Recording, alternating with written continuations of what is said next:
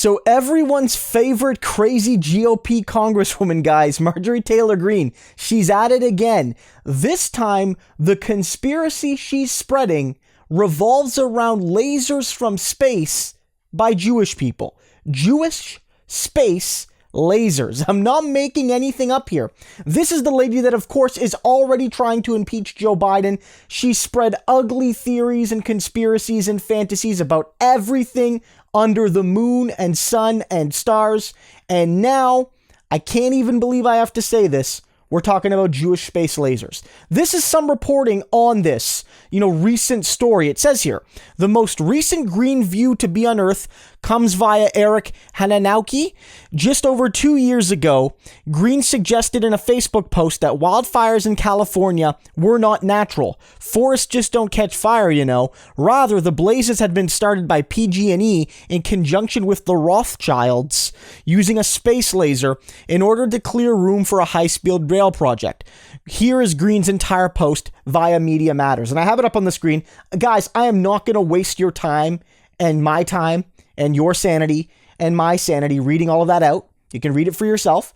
But the fact of the matter is, this is a sitting congresswoman who believes that it's not climate change or issues around forest management even that are causing the fires in California and other places. It is lasers from space by Jewish people. And look, this is hilarious. I want us all to be able to laugh at this bat S-word crazy woman. But let's also keep in mind what this sort of theory does when aimed at Jewish people.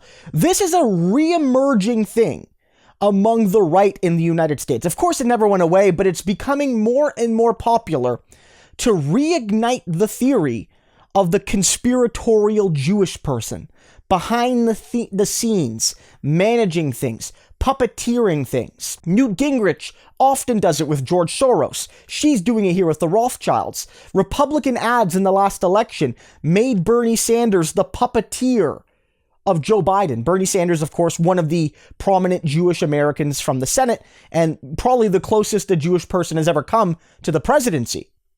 And he was secretly running Joe Biden. These theories are awful, and they tap into views that have been very harmful to Jewish Americans, but really Jewish people all over the world, in Europe, in North America, everywhere, throughout history and to this day.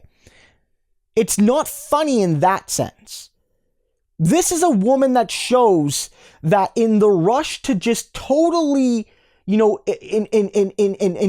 the Trump movement, welcome the Trump movement, embrace it, they welcomed in absolutely abhorrent people to the GOP caucus. In the Senate, yes, but especially in the House, where the smaller districts mean that you can run even more crazy, more extreme candidates. From this case, from one small portion of Georgia rather than the entire state. This isn't funny in that sense. Talking about Jewish space lasers sounds ridiculous, but if you have the viewpoint that the left, backed by financiers who are Jewish, are using tactics to cause climate disasters, to build green projects, basically saying that it's the left with their Jewish allies trying to secretly tear down our environment to make it look worse than it is so they can take our cars and build high-speed rail, it's effectively what she's saying, then it's not funny. Republicans, even if they wanted to get rid of her, this is a monster they created. She was endorsed by Trump. She's very popular with the GOP base, and they're stuck with her. But American people are stuck with her as well. While we all want to have a good laugh at the Jewish space laser lady, and we should, remember that the underlying theory here is a dog whistle to the far right, and it isn't a joke to them.